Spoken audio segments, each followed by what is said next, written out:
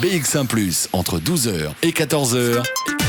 Toujours plus d'actu. Fabrice Grosfilet. Et on continue notre tour d'horizon de l'actualité avec la police de Bruxelles XL qui va tester un système de bodycam. C'est ce qu'a annoncé le bourgmestre Philippe Claus hier soir. Ces bodycams, ce sont ces caméras qu'on fixe sur l'uniforme des policiers. Et l'idée, Gilles Moscovic, c'est que ça peut servir de preuve en cas de litige. Oui, on va commencer tout d'abord par équiper 35 agents, les bikers, les cyclistes, le personnel lié à la division trafic et celui de la division proximité seront les premiers à utiliser les bodycams pour une phase test. Le coût de l'opération, ça va entre 600 et 1600 euros par agent, pour un total de 120 000 euros. Il faut compter 100 000 euros pour les caméras, 20 000 euros pour le serveur. Alors, durant les opérations, comment ça fonctionne ? La caméra, elle est branchée en permanence. Les images, elles s'écrasent au fur et à mesure qu'elles s'enregistrent. Et si l'agent de police veut conserver une image, pour certains faits, il doit appuyer sur un bouton. Là, le stockage d'images s'enclenche 90 secondes avant qu'il ait appuyé sur ce bouton. Ensuite, les images sont injectées dans un serveur et elles peuvent donc être conservées jusqu'à 1 an. L'accès de ces images, il est destiné à objectiver avec ces images les faits lors d'interventions qui sont parfois sujettes à contestation. Selon les autorités, c'est autant pour protéger les policiers que les citoyens. Bonjour Philippe Claus. Bonjour. Bourgmestre de Bruxelles, merci d'être avec nous ce midi. C'est pour protéger les policiers qu'on accuse à tort de violences policières ou c'est pour protéger les citoyens qui se plaignent des violences policières, ce dispositif, ce test en tout cas ? C'est surtout parce qu'on a une obligation de transparence aussi par rapport aux choses. Je pense qu'on a une police, en tout cas, qui se veut citoyenne. Alors, on a des incidents, en effet. Il y a parfois des procédures disciplinaires. Il y a parfois aussi des citoyens qui traitent mal nos policiers. Et on l'a vu avec l'installation des caméras dans les commissariats, ça a plutôt normalisé les rapports. C'est-à-dire qu'à un moment donné, voilà, on doit pouvoir aussi avancer, faire un pas l'un vers l'autre. Je rappelle que la police, c'est le pouvoir régalien de l'État, mais ça lui donne donc des responsabilités particulières. Et le citoyen, comme je le dis, il est tenu de répondre aussi aux injonctions des policiers.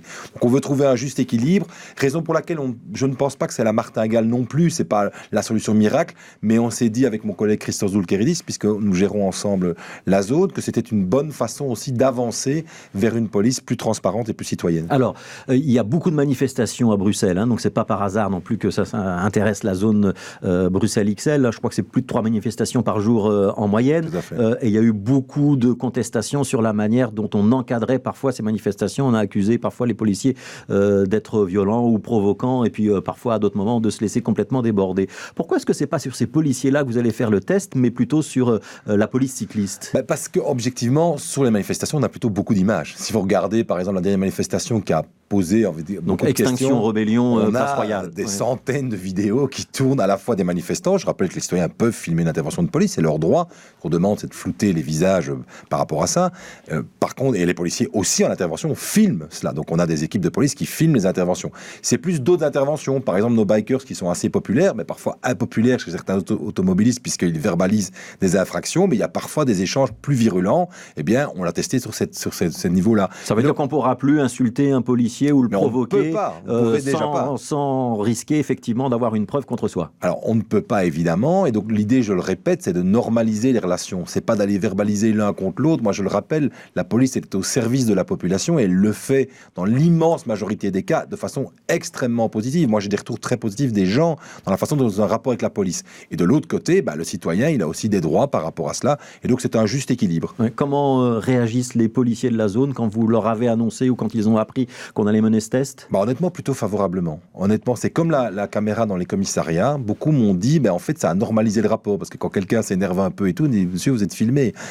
Ici, c'est la même chose, puisque le policier devra signaler que la conversation est filmée. Donc il devra le dire. Il devra le dire. Donc il y aura un petit voyant qui s'allume. Il dira, attention, notre conversation est enregistrée. Et donc, généralement, ça normalise les choses. Parce que c'est mon but, c'est d'avoir une ville apaisée. C'est pas de stigmatiser l'un contre l'autre, c'est d'avancer ensemble. Donc c'est un test sur donc un nombre limité d'agents, 35 pour l'instant. Ça veut dire qu'à la fin de ce test, vous décidez de généraliser à l'ensemble des policiers de la zone ou ça va être par phase ? Alors, il y a un petit débat parce qu'il y a un petit aspect budgétaire. C'est quand même pas un matériel qui ne coûte rien, donc de savoir... 120 000 euros, a dit Gilles Moscovic, c'est le chiffre ? En fait, on est, selon avec le deck lequel on dépose ou pas, aux alentours de 1 000 euros, je dirais par appareil. Bon, nous, on a quand même 2600 agents qui travaillent à la zone. Alors, ils ne doivent pas tous avoir cet appareil, donc ce sera de voir un peu si on en achète pour tout le monde ou si on les achète à ceux qui partent en intervention. C'est un débat qu'on aura avec le chef de corps et avec mon collègue d'XL sur des problématiques budgétaires, mais si le test est concluant, oui, ça fera partie demain de l'équipement du policier, quoi. Ouais.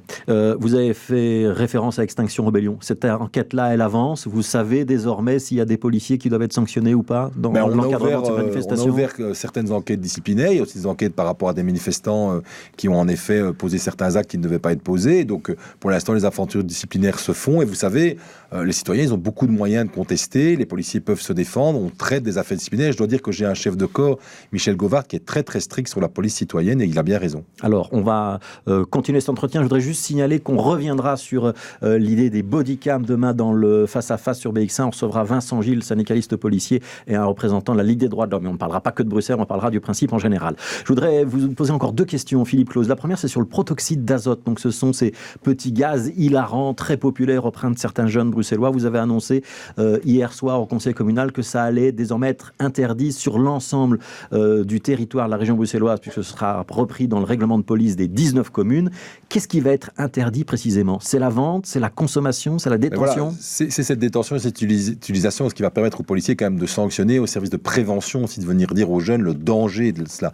Ce qui est intéressant, ce sont que les 19 bourgmestres se sont mis d'accord sur ce règlement, parce qu'évidemment, ça n'est pas les limites communales qui sont intéressantes comme on peut le trouver dans d'autres règlements. Ici, c'est vraiment un problème de santé publique sur quelque chose qui est détourné de sa tâche, puisqu'à la base, ce sont des choses qui sont utilisées pour faire de la crème chantilly, de la crème chantilly, en gros, qui est complètement détournée et qui a des vraies possibilités de nuisance mentale terribles. Mais donc, c'est bien la possession ou la consommation de cette substance en rue qui sera poursuivie, c'est pas la vente. Donc, on pourra continuer à vendre ce protoxyde d'azote dans les magasins de cuisine ou pas? Voilà, dans les magasins de cuisine, c'est clair, on peut le vendre. On verra évidemment dans quel niveau ça peut être vendu. Mais je répète, en matière de toxicomanie, c'est vrai pour le protoxyde d'azote, comme sur le hashish, comme sur l'ensemble des drogues, il faut une approche de santé publique. C'est vraiment ça aussi qui est important. Donc, plus de prévention que de répression. On s'est mis un règlement pour pouvoir agir, mais je le répète par rapport à ça.